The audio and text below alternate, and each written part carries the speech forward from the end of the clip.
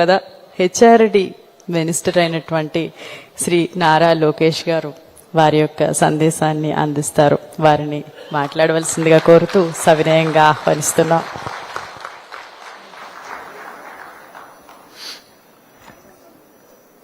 రాము తర్వాత మాడటం కొంచెం కష్టమైన పనే. అందరికీ నమస్కారం. మొన్న బీహార్లో ఎన్డీఏ ప్రభుత్వం ఏర్పడిన తర్వాత అక్కడ గౌరవ ముఖ్యమంత్రి నితీష్ కుమార్ గారి ప్రమాణ స్వీకారానికి మేము అందరం వెళ్ళాం. అక్కడ చాలా మంది కేంద్ర మంత్రులు అదేవిధంగా రాష్ట్ర ముఖ్యమంత్రులు హాజరయ్యారు. అక్కడ ఒక ముఖ్యమంత్రి గారు దగ్గరికి నేను వెళ్ళి పరిచయం చేసుకున్నా. ఇట్లా పలానా వ్యక్తిని ఆంధ్ర రాష్ట్రం నుంచి మంత్రిని అంటే ఆయన అడిగారు, గడిచిన 18 నెలల్లో ఆంధ్ర రాష్ట్రంలో ఏదో మ్యాజిక్ జరుగుతుంది, ఆ మ్యాజిక్ వెనకాల సీక్రెట్ ఏంటని ఆయన అడిగారు. అప్పుడు ఆయనకు చెప్పా, ఆంధ్ర రాష్ట్రంలో 2 ఉన్నాయి సార్ అన్న. ఒకటి మిసైల్స్, రెండోది జీపీఎస్. జీపీఎస్ అంటే వేదికమైన ఉన్న పెద్దలు, ఒక పక్కన అయ్యన్న పాత్రుడు గారు, ఇంకో పక్కన అశోక్ గజపతిరాజు గారు. మిసైల్స్ కూడా వేదిక పైన ఉన్నారు. ఒకటి మా యంగ్ అండ్ డైనమిక్ లీడర్ రాము, రెండోది young and dynamic leader Aditi Gajapathiraju గారు. మేము మిసైల్స్ గా పనిచేస్తున్నాం. జీపీఎస్ కోసం, జీపీఎస్ కూడా చాలా చాలా అవసరం. అంటే మేము మా పైన పడి సెల్ఫ్ డిస్ట్రక్ట్ కూడా చేసుకుంటామని చెప్పా. అంటే ఈరోజు మీరు ఆంధ్ర రాష్ట్రంలో చూస్తుంది ఒక చరిత్ర సృష్టిస్తున్నాం.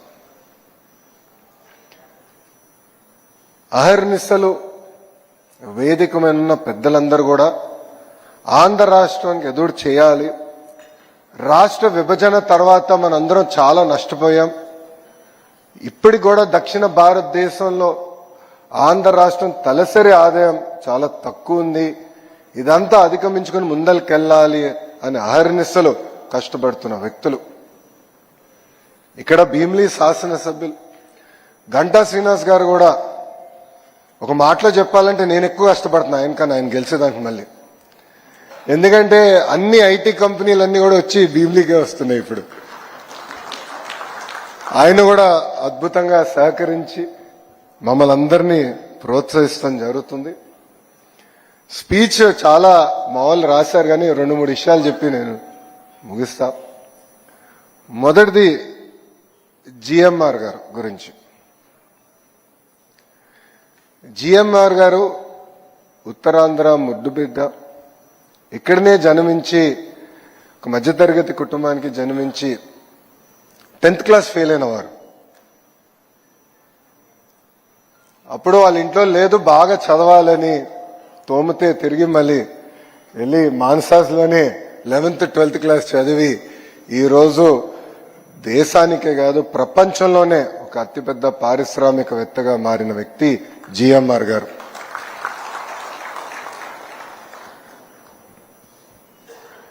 జిఎంఆర్ గారు ఆనాడు హైదరాబాద్ ఎయిర్పోర్ట్ కట్టాలని ఆయన అనుకున్నారు.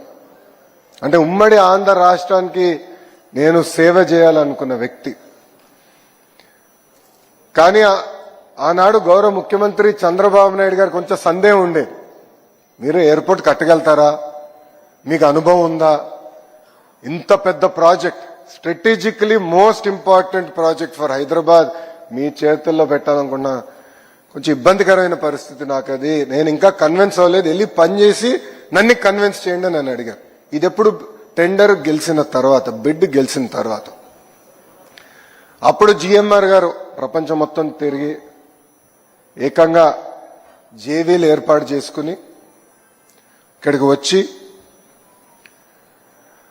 చంద్రబాబు నాయుడు గారిని కన్విన్స్ చేసి, లేదు మేము కట్టగలుగుతాం, కేవలం భారతదేశంలోనే కాదు ప్రపంచంలో ఒక నంబర్ 1 ఎయిర్పోర్ట్ మేము హైదరాబాద్ లో కట్టి తీరుతామని ఒక పట్టుదలతో కట్టి ఈరోజు తెలంగాణ జీడిపికి సుమారు 12% కాంట్రిబ్యూషన్ చేస్తుంది హైదరాబాద్ జిఎంఆర్ ఎయిర్పోర్ట్. ఆనాడు చాలా మంది ఎగతాళి చేశారు, ఎయిర్పోర్ట్కి 5,000 ఎకరాలు అవసరమా అని అడిగారు. వాళ్ళందరూ ఒకటే సమాధానం ఇస్తున్నా. ఈరోజు వెళ్ళి చూడండి శంషాబాద్ ఎయిర్పోర్ట్ ఎలా డెవలప్ అయింది. ఈరోజు పక్క రాష్ట్రాల్లో బెంగళూరు కానీ చెన్నైలో కానీ ఒక ఎయిర్పోర్ట్ అయిపోయింది, రెండో ఎయిర్పోర్ట్ కట్టే పరిస్థితికి వచ్చారు. కానీ హైదరాబాద్ అదృష్టం ఏంటంటే ఆనాడు చంద్రబాబు నాయుడు గారు ఇచ్చిన విజన్ 5,000 ఎకరాలు తీసుకుని రాబోయే 100 సంవత్సరాల కెపాసిటీ కూడా శంషాబాద్ లోనే కట్టే విధంగా ఆనాడు ఒక విజన్ తో చంద్రబాబు నాయుడు గారు ముందరికెళ్లారు. విజన్ అనేది చాలా చాలా అవసరం అండి. కొంతమంది విజన్లెస్ పీపుల్ విజనరీని ఎగతాళి చేస్తారు. చంద్రబాబు నాయుడు గారు రాజు గారిని కలిసిన తర్వాత ఆయన మాకు ఒకటే చెప్పారు, ప్రపంచంలో aviation civil aviation work force లో 25% తెలుగోలు ఉండాలి, దానికి మీరు ఏం చేయాలో మీరు చెయ్యండి. ఒక ముఖ్యమంత్రిగా నా సహకారం ఉంటుందని ఆయన చాలా సింపుల్ గా చెప్పారు. ప్రపంచంలో, దేశంలో కాదు, ప్రపంచంలో 25% అంటే కనీసం భారతదేశంలో 70% ఉండాలని ఈరోజు రాజుగారే నాకు టార్గెట్ పెంచారు. అంటే బాబు గారు ఆ విజన్తో నాకు ఆదేశాలు జారీ చేశారు. అప్పుడు రాజుగారు నేను మాట్లాడా, జిఎంఆర్ అంకుల్తో కూడా నేను మాట్లాడా, ఎట్లా చేయాలి అని డిస్కస్ చేశాం. ఒక వరల్డ్ క్లాస్ ఇన్స్టిట్యూట్ క్రియేట్ చేయాలి, కేవలం ఏదో ఒక యూనివర్సిటీ చేస్తాం కాదు, ఒక కామన్ ఇన్ఫ్రాస్ట్రక్చర్ ఏర్పాటు చేసి, అంటే స్టూడెంట్ లైఫ్ అకామిడేషన్, అదేవిధంగా మన క్యాఫెటీరియా, ఇవన్నీ కూడా కామన్ ఇన్ఫ్రాస్ట్రక్చర్ క్రియేట్ చేసి ఒక్కొక్క సబ్జెక్ట్లో ఒక్కొక్క యూనివర్సిటీ అగ్రస్థానంలో ఉంటుంది. ఒక ఎకో సిస్టమ్ క్రియేట్ చేసి బెస్ట్ ఇన్ క్లాస్ యూనివర్సిటీస్ అన్ని కూడా ఒక ఏవియేషన్ ఎడ్యుసిటీకి తీసుకొస్తేనే మన ప్రాంత రూపురేఖలు మార్చొచ్చని ఆనాడు మేము తీసుకున్నాం ఒక నిర్ణయం. ఇది నేను ఆలోచిస్తున్న సమయంలో ఇప్పుడు కూడా బాగా గుర్తు నాకు, తెలుగుదేశం పార్టీ విశాఖపట్నం ఆఫీస్లో నేను కూర్చున్నప్పుడు అదితి గారు ఒక మ్యాప్ తీసుకుని వచ్చారు, పెద్ద మ్యాప్, ఉత్తరాంధ్ర మ్యాప్ తీసుకుని వచ్చి, లోకేష్ గారు మానస ట్రస్ట్ కి ఇక్కడిక్కడ భూములు ఉన్నాయి, మీరు వరల్డ్ క్లాస్ ఇన్స్టిట్యూషన్స్ తీసుకురండి, వాళ్ళకి మేము ఉచితంగా భూములు ఇచ్చేదానికి సిద్ధంగా ఉన్నాం అని చెప్పిన గొప్ప వ్యక్తి అదితి గజపతి రాజు గారు. ఈరోజు గజం గజం కోసం కొట్టుకునే సమాజంలో వేలాది ఎకరాలు ప్రజల కోసం అందించిన గొప్ప కుటుంబం ఇది. నేను వేదిక పైన వచ్చినప్పుడు నవ్వుతూ అటు అశోక్ గారికి అదితి గారికి నేను చెప్తాను, రాత్రి నన్ను ఇద్దరు పడుకోనియలేదండి. ఇది ప్రజలందరూ ఈ విషయం వినాలి. రాము కూడా నాతోనే ఉన్నాడు నిన్నంతా. ఈ ఎంఓయు ఫైల్ రాష్ట్ర ప్రభుత్వం ఆమోదం తెలపాలి. సో నాకు రాత్రి ముఖ్యమంత్రి గారి కార్యాలయంతో నేను ఫాలోఅప్ చేస్తున్నాను, ఎందుకంటే గౌరవ ముఖ్యమంత్రి గారు పర్యటనలో ఉన్నారు, ఫైల్ తొందరగా క్లియర్ చేయాలని నేను ఫాలోఅప్ చేస్తున్నా. అప్పుడు గౌరవ ముఖ్యమంత్రి గారు సెక్రటరీ గారు నాకు ఫోన్ చేసి, ఫైల్ వచ్చింది, 90 పర్పెచువల్ గా ఉచితంగా భూమి, అంటే లీజ్ కూడా కాకుండా ఉచితంగా భూమి ఇద్దామని ఈ ఫైల్లో ఉంది, ఇది సాధ్యం కాదు అన్నారు. అప్పుడు నేను అన్నా, దాతలు లేని ఇబ్బంది మనకెందుకు సార్ ప్రభుత్వంగా అన్నా. లేదు, ఒకసారి మీరు మళ్ళీ మాట్లాడండి, ఏదో టోకెన్ అమౌంట్ ₹1 పెట్టాల్సి వస్తుందేమో అన్నారు. ప్రయత్నిస్తాను సార్ అన్న. అశోక్ గారికి ఫోన్ చేసేంత సాహసం నేను చేయాల. అదితి గారికి ఫోన్ చేశా, సస్యమేర ₹1 కూడా ఒప్పుకోలేదు, వాళ్ళు ₹1 కూడా ఒప్పుకోలేదండి. అంటే ఆ పట్టుదల, కమిట్మెంట్ సమాజం పట్ల ఎంత ఉందో దయచేసి ప్రజలందరూ గమనించాల్సిన అవసరం. ఒక గొప్ప మనసుతో మా కుటుంబంలో ఏవియేషన్ బ్లడ్ ఉంది. మా ఫ్యామిలీలో ఒకరు ఆనాడు బ్రిటిష్ కాలంలో ఒక పైలట్ లైసెన్స్ రావాలంటే చాలా కష్టమైన పరిస్థితి, అలాంటిది మా కుటుంబంలో ఒకరికి వచ్చింది, ఏవియేషన్ లో మా బ్లడ్ లో ఉంది. మా మానసాస్ పేరు పెట్టారు, అది చాలు మాకని చెప్పిన గొప్ప కుటుంబం వేదిక మీద ఉన్న కుటుంబాన్ని సభాముఖంగా ప్రజలందరికీ తెలియజేస్తాను. ఇది నేను ఎందుకు చెప్తున్నానంటే ఆలోచనలు రావచ్చు, చేయాలనే తపన ఉండొచ్చు, కానీ కలిసికట్టుగా వచ్చి ఎస్ మీరు నడవండి, మీరు చేయండి, మీకు అండగా నిలబడతాం అని చెప్పే వాళ్ళకి చాలా తక్కువ మంది ఉంటారు. నిజంగానే ఈ సభాముఖంగా అశోక్ గారిని, అదేవిధంగా ప్రత్యేకంగా అదితి గారిని, వాళ్ళిద్దరికీ నా హృదయపూర్వక కృతజ్ఞతలు తెలుపుకుంటున్నాను. ఈ ఎడ్యుసిటీ అనేది కేవలం రాష్ట్రానికి దేశానికే కాదు, ప్రపంచానికి ఒక ఆదర్శంగా నిలబడబోతుంది. ఆనాడు ఎట్లయితే మనందరం కథలు విన్నాం ఐఎస్బి గురించి, this will be an institute that will be better than the Indian school of business. నిన్న మేము ఇక్కడికి వస్తుంటే రాము నేను కూడా మాట్లాడుతూ వచ్చాం, ఇద్దరం కలిసి ప్రయాణం చేసింది. సుమారుగా 2 గంటలు ఏ యూనివర్సిటీస్కి వెళ్ళాలి, ఫిబ్రవరి నుంచి ఎవరెవరు గడపలు దొక్కాలి, ఈ ఎకో సిస్టమ్ ఎలా బిల్డప్ చేయాలి, ఇంజన్లో ఎవరు, డ్రోన్స్లో ఎవరు, ఏవియానిక్స్లో ఎవరు, అదేవిధంగా ఏటీసీ ట్రైనింగ్ చాలా చాలా అవసరం, పైలట్స్ కూడా అవసరం. సో ఎవరెవరి దగ్గరికి వెళ్ళాలి, ఎలా తీసుకురావాలి, దానిపైన ఆల్రెడీ మేము వర్కౌట్ చేస్తున్నాం. అంటే ఒక పట్టుదల, ఒక కమిట్మెంట్తో ఏదైతే ఏవియేషన్ ఎడ్యుసిటీని ఒక వరల్డ్ క్లాస్ మోడల్గా చేయాలని దానిపైన మేమందరం కూడా అహర్నిశలు కష్టపడతామని గజపతిరాజు గారికి, అశోక్ గజపతిరాజు గారికి మీ అందరి సమక్షంలో ఆయన నేను తెలియజేస్తున్నా. ఆంధ్ర రాష్ట్రాన్ని అభివృద్ధి చేయాలనే లక్ష్యంతో కూటమి ప్రభుత్వం పనిచేస్తుంది. 2014లో గౌరవ ముఖ్యమంత్రి చంద్రబాబు నాయుడు గారు ఆనాడే చెప్పారు, ఒకే రాష్ట్రం ఒకే రాజధాని, కానీ అభివృద్ధి వికేంద్రీకరణ చేసి చూపిస్తామని నినాదానికి ఇప్పుడు కూడా కూటమి ప్రభుత్వం కట్టుబడి ఉంది. అన్ని ప్రాంతాలని సమగ్ర అభివృద్ధి చేయాలి, కానీ క్లస్టర్ బేస్డ్ అప్రోచ్ అనేది చాలా చాలా అవసరం అని నేను చెప్పాను. అందుకే ఆటోమోటివ్ క్లస్టర్ ఒక అనంతపూర్లో వచ్చింది, renewable energy cluster Kurnool Anantapur జిల్లాలో వచ్చింది, సిమెంట్ క్లస్టర్ ఒకటి ఏర్పాటు చేస్తున్నాం, ఎలక్ట్రానిక్స్ మ్యానుఫ్యాక్చరింగ్ క్లస్టర్ ఒకటి వచ్చింది, ఏసీ క్లస్టర్ ఒకటి వచ్చింది, compressed biogas, aqua, quantum, medical devices manufacturing, pharma, steel, ఇలా ఒక్కొక్క క్లస్టర్ సుమారుగా 22-23 క్లస్టర్స్ తయారు చేస్తున్నాం. ఈ క్లస్టర్లో కేవలం ఒక 10 కంపెనీలు తీసుకొస్తాం కాదు, ఎంటైర్ ఎకో సిస్టమ్ ఈ క్లస్టర్లో తీసుకొస్తున్నాం. ఏవియేషన్లో ఇప్పటికీ నేను రాము కలిసికట్టుగా పనిచేస్తున్నాం. అసలు ఒక ఇంజిన్ తయారు చేయాలంటే సుమారుగా 1000 కంపెనీలు వాళ్ళ కాంపోనెంట్స్ ఇస్తాయి.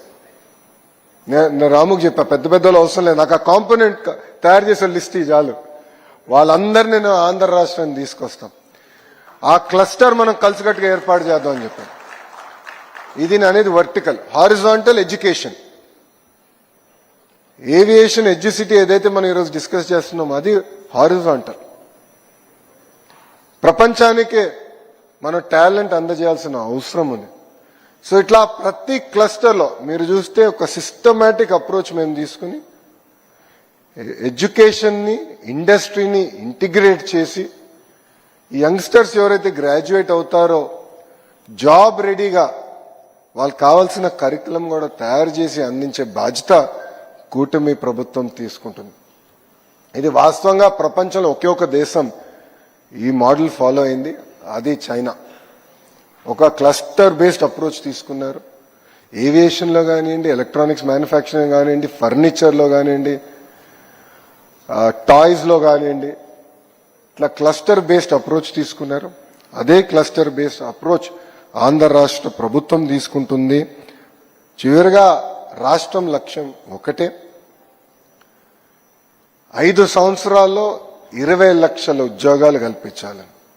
దానికోసం మేము అహర్నిశలు కష్టపడుతున్నాం. ఉత్తరాంధ్ర ప్రజలందరూ కూడా నేను కోరేది ఒకటే, అభివృద్ధి చేసడానికి మేము ముందరికి వచ్చాం. మీ సహకారం కూడా చాలా చాలా అవసరం. నేను 99 పైసలకి ఫార్చ్యూన్ 500 కంపెనీస్కి భూములు ఇస్తానంటే చాలా మంది ఎగతాళి చేశారు. భూమి ఇస్తే సరిపోతుందా, కంపెనీలు వస్తాయా అని. ఆ ఒక్క నిర్ణయం వల్ల టీసీఎస్ వచ్చింది, ఆ ఒక్క నిర్ణయం వల్ల కాగ్నిసెంట్ వచ్చింది. రాబోయే 100 రోజుల్లో కనీసం ఇంకొక 2 కంపెనీలకి విశాఖపట్నానికి ఐటీ రంగంలో తీసుకొచ్చే బాధ్యత కూడా కూటమి ప్రభుత్వం తీసుకుంటుంది. ఇట్లా చాలా సాహసోపేతమైన నిర్ణయాలు తీసుకుంటున్నాం. మొన్న సెక్రటరీ గారు అన్నారు, సార్ చాలా రిస్కీ డెసిషన్ తీసుకుంటున్నారు మీరని. మాకు అలవాటే సార్ ఇదన్నా. మంచి మనసుతో ఏ నిర్ణయం తీసుకున్నా ప్రజలు సహకరిస్తారు, ప్రకృతి సహకరిస్తుంది. ఆయనకు ఒకటే చెప్పా, ఐఎస్బి ఏర్పాటు చేసినప్పుడు చాలా మంది ఇట్లానే అన్నారు, ఇది రిస్కీ నిర్ణయం అని. బాబు గారికి ఆయన ఎప్పుడు వెనక్కి తిరిగి చూడలేదు. That is why Hyderabad is what it is అని నేను చెప్పా. అలాంటి నిర్ణయాలు మేము తీసుకుంటాం. మిసైల్స్ రెడీగా ఉన్నాయి, ఇక్కడ అద్భుతమైన జీపీఎస్లు కూడా ఉన్నాయి. మాకు గైడెన్స్ టైం టు టైం ఇస్తారు. కలిసికట్టుగా అన్ని రంగాల్లో ఆంధ్రప్రదేశ్ని నంబర్ 1 చేసే బాధ్యత కూటమి ప్రభుత్వం మేము తీసుకుంటాం. అయ్యన్న గారిని కలవలేకపోయాను, అంటే నిన్నే ధర్మేంద్ర ప్రధాన్ గారిని కలిసి వచ్చాము. ధర్మేంద్ర ప్రధాన్ గారికి కాన్స్టిట్యూషన్ డే నాడు మాక్ అసెంబ్లీ ఎట్లా నిర్వహించామో ఆయనకు వీడియో చూపించాము. పిల్లలకి రూపొందించిన రాజ్యాంగం పుస్తకం కూడా ఆయన చూపిస్తే, ఫిబ్రవరి మాసంలో భారతదేశంలో ఉన్న స్టేట్ ఎస్సీఆర్టీ సంస్థలందరినీ అలా సమావేశం ఏర్పాటు చేసుకుందాం. ఏ మోడల్ ఏదైతే అద్భుతంగా ఆంధ్ర రాష్ట్రంలో మీరు రూపొందించారో ఆ మోడల్ అన్ని రాష్ట్రాల్లో అదే మోడల్ ఇంప్లిమెంట్ చేయాలి, వాళ్ళు కొంచెం అవగాహన తీసుకొద్దామని ఆయన చెప్తాం జరిగింది. ఆయన కూడా ఆశ్చర్యపోయారు, ఇంత అద్భుతంగా ఎట్లా నిర్వహించారంటే మా స్పీకర్ గారి కృషితో మేము చేశాము, ఆయన సహకారంతో మేము ఇంత అద్భుతంగా చేయగలిగామని ఆయన చెప్తాం జరిగింది. మిసైల్ జీపీఎస్ అని ఒక ఉదాహరణ, లాస్ట్ పాయింట్ చెప్పి నేను మీ అందరి దగ్గర సెలవు తీసుకుంటా. నేను శాసనసభ సాక్షిగా గౌరవ స్పీకర్ గారు నేను అడిగా, సార్ హౌస్ లోపలనే మాక్ అసెంబ్లీ నిర్వహిస్తే బాగుంటుందని నేను కోరాను. ఆయన చాలా ఇబ్బంది పెట్టా, చాలా ఇబ్బంది పెట్టా.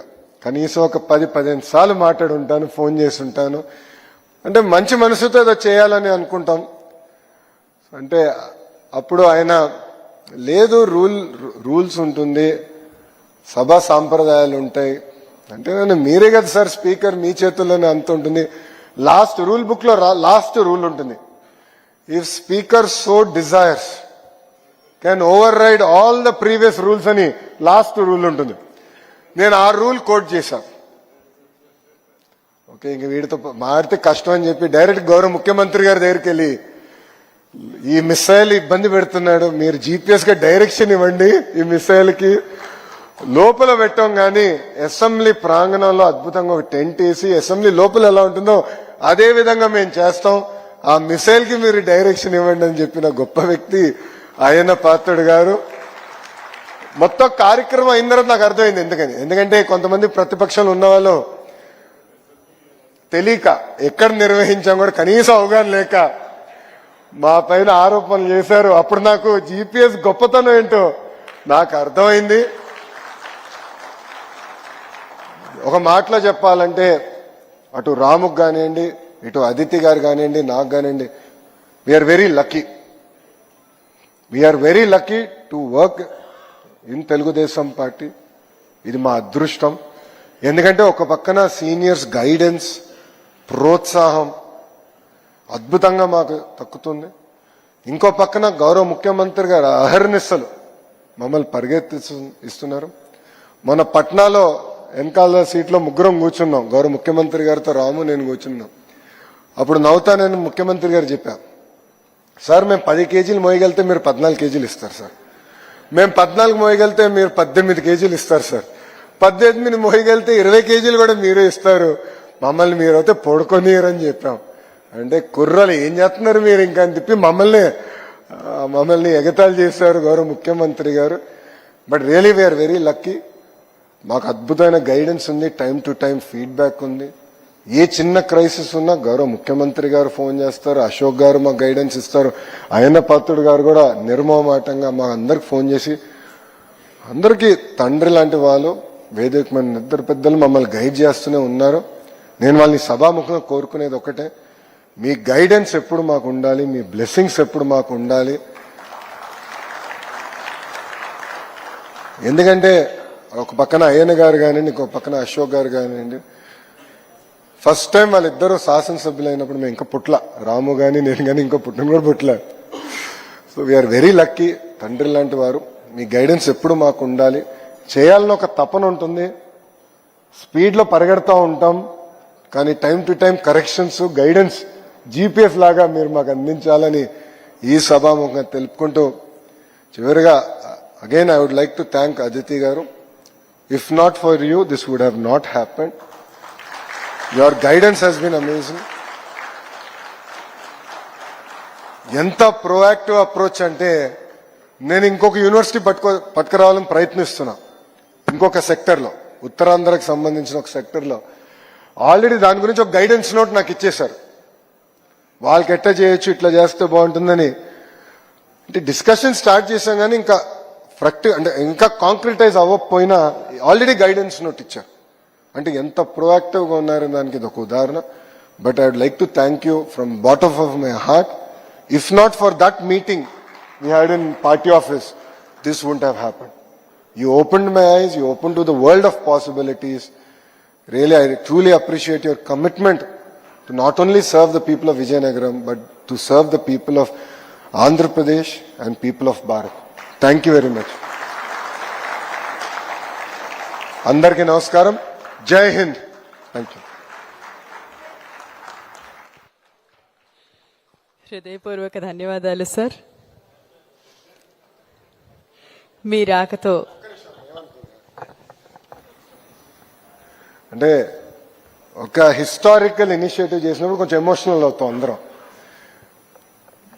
ఎట్లయితే 1994లో బాబు గారి గురించి అంచెలంచెలుగా చెప్తారో, మళ్ళీ ఇంకో చరిత్ర రాయబోతున్నాం తిరిగి. సో అందుకే టైం లైన్ మిస్ అయ్యాను.